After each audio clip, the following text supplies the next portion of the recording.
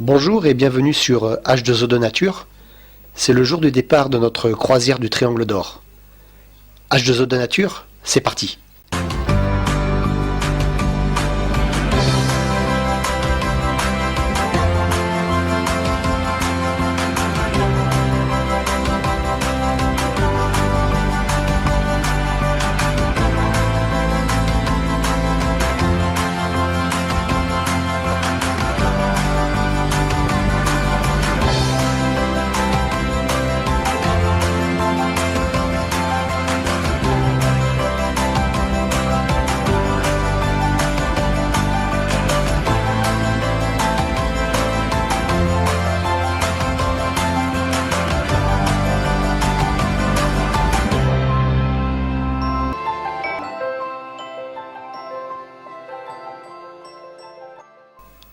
Amarré à la jetée du Marriott, où se trouve un bon nombre de bateaux effectuant les croisières de plongée, le Nautil Evo se ravitaille pour sa semaine de navigation.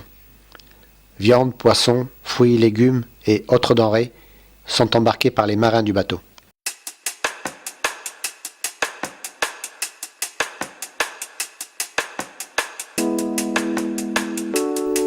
L'eau indispensable est également embarquée, comme ces bonbonnes principalement destinées à la consommation.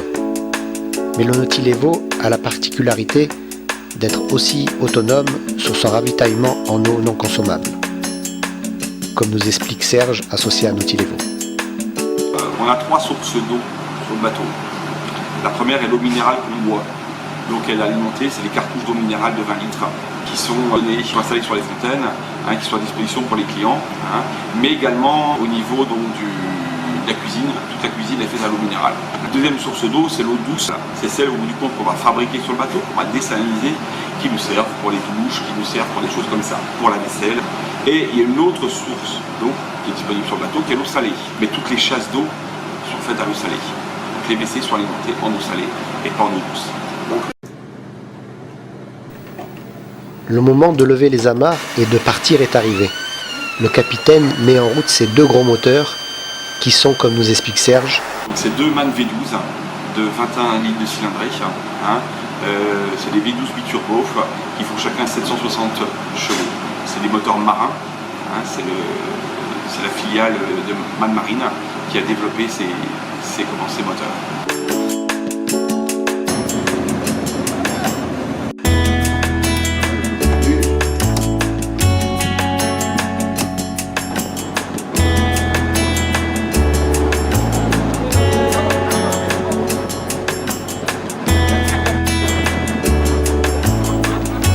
c'est le moment pour Fimo de quitter le bateau que nous retrouverons à notre retour de croisière dans une semaine.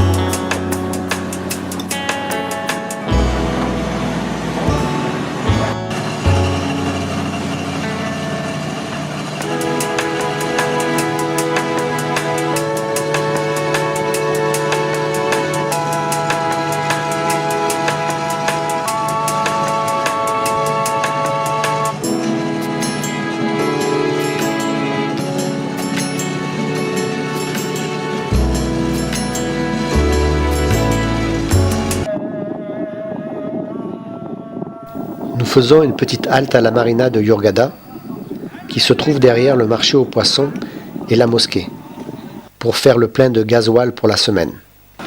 Une croisière, en fonction de sa destination, va consommer entre 5500 et 7000 litres de gasoil. Le bateau peut contenir 13 000 litres de carburant, entre 12 et 13 tonnes de carburant.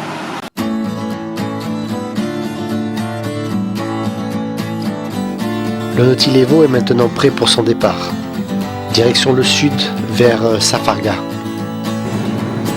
Nous allons effectuer notre première plongée qui sera plus une plongée de réadaptation.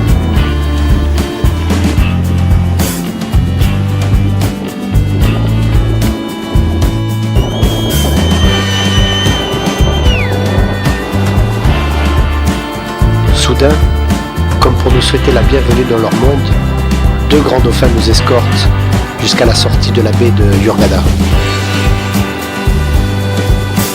Ce qui est incroyable, c'est que nous naviguons à bonne allure et qu'on a l'impression qu'ils ne procurent aucun effort pour nous suivre.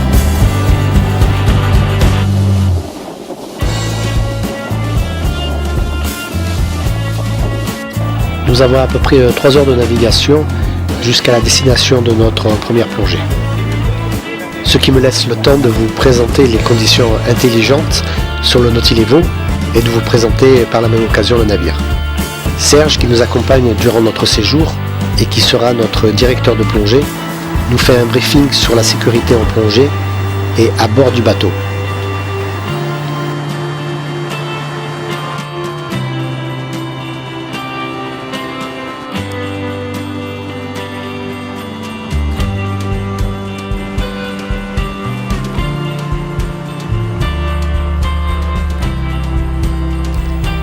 Sur le pont arrière se trouve tout le matériel de plongée et chaque plongeur dispose d'un espace réservé dans lequel il pourra entreposer son matériel personnel.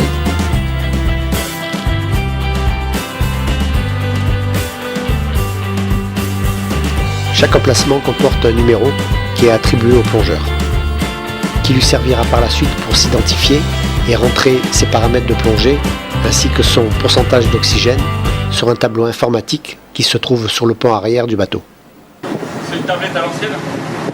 Sur le Nautil Evo règnent deux particularités très spécifiques. La première, c'est que le bateau est complètement francophone. C'est exactement le français d'une tablette.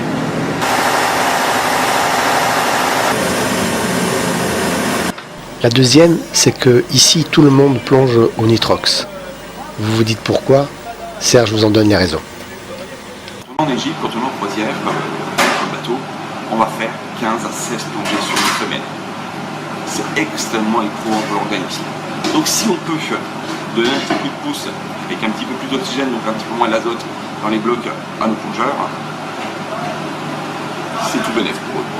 Donc on a rendu obligatoire le nitrox en offrant pour les gens qui ne seraient pas formés, on offre la formation, on la fait gratuitement.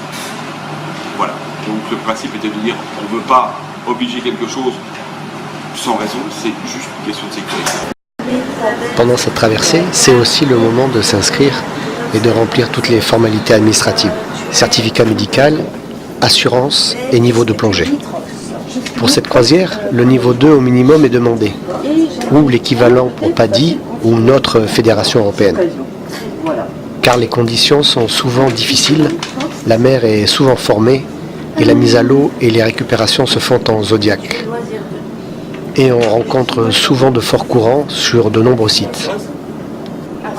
Pensez aussi à votre assurance, qui est quelque chose à ne pas négliger, surtout quand on plonge à l'étranger. Je vous mets en descriptif quelques indications utiles à ce sujet.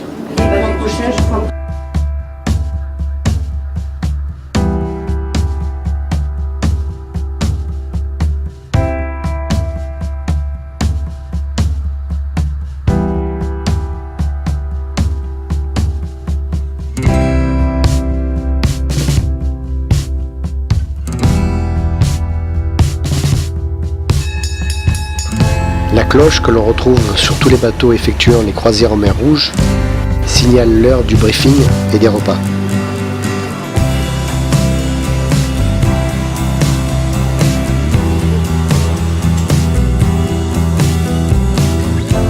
Ici, il s'agit du briefing que va nous faire Christian, qui est moniteur sur le Nautil Evo, sur notre plongée à venir à Ras Busamah.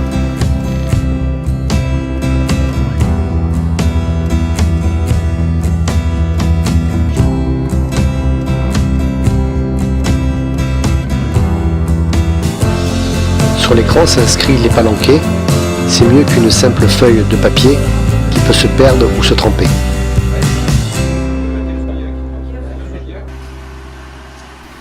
Avant de s'équiper, il faut vérifier son pourcentage d'oxygène dans le mélange air-oxygène que nous avons dans notre bouteille.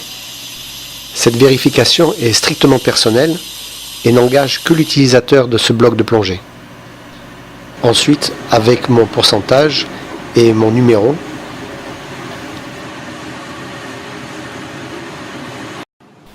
Souvenez-vous le numéro attribué à chaque plongeur. Je rentre mes paramètres sur le tableau informatique qui me calcule et me donne ma profondeur à ne pas dépasser, pour que ce joli cocktail de gaz que j'aurai sur le dos ne devienne pas toxique.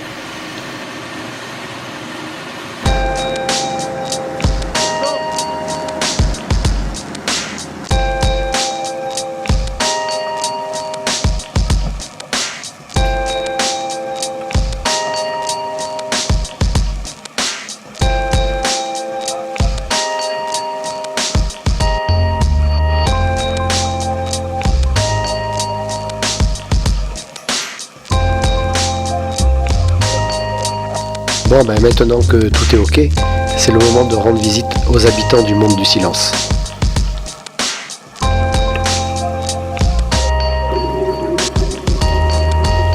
Avec un couple d'amis, nous décidons de mélanger nos deux palanquets pour nos plongées.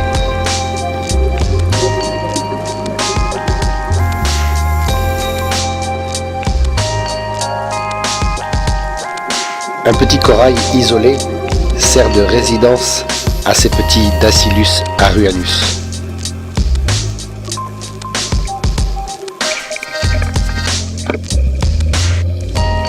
Une raie pastenague survole son domaine et se faufile entre les coraux.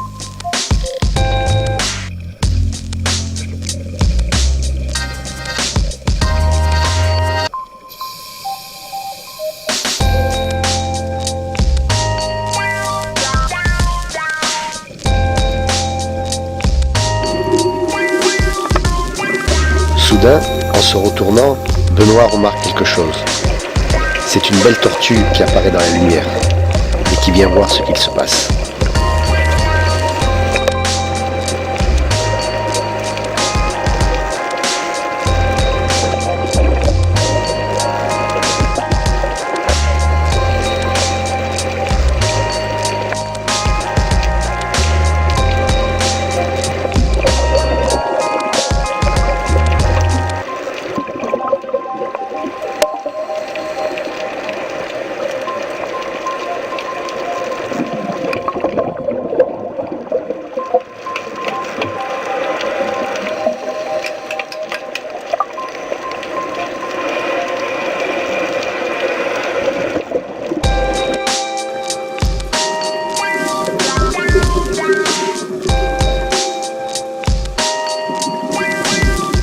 Ces petits poissons clowns, ou alors les Nemo associés, prennent soin de leur anémone préférée.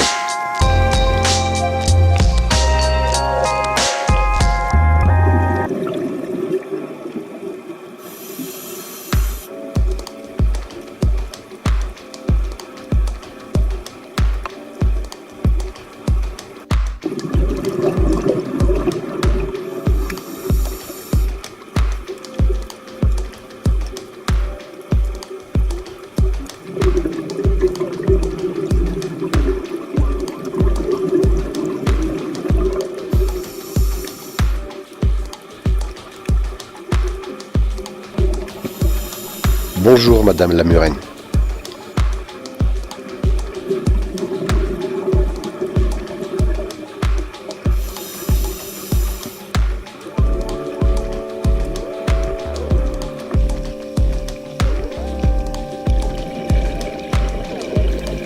Un rouget barbé fouille dans le sol, ce qui semble intriguer un labre qui se demande ce qu'il fait.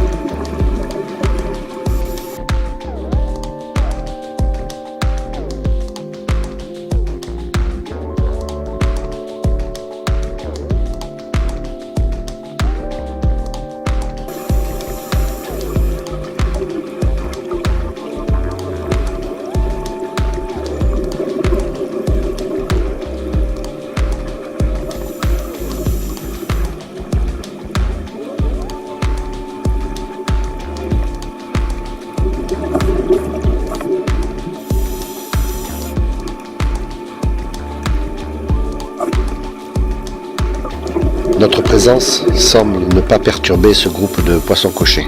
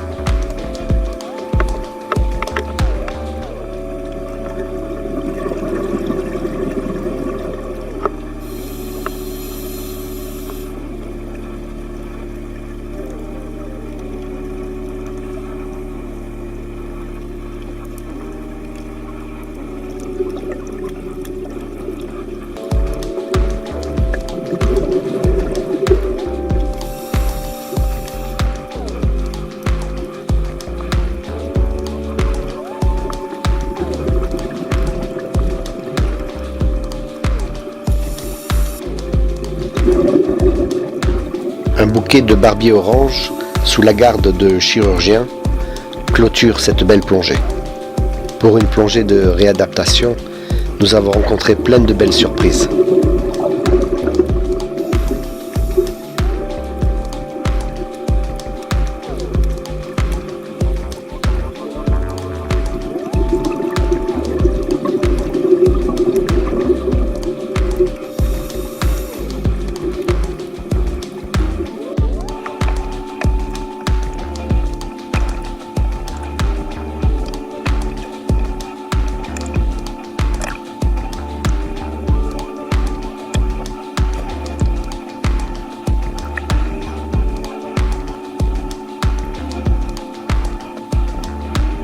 Ah, j'ai vu. C'est beau, hein? En arrivant à la surface, une surprise nous attend, avec ce magnifique coucher de soleil.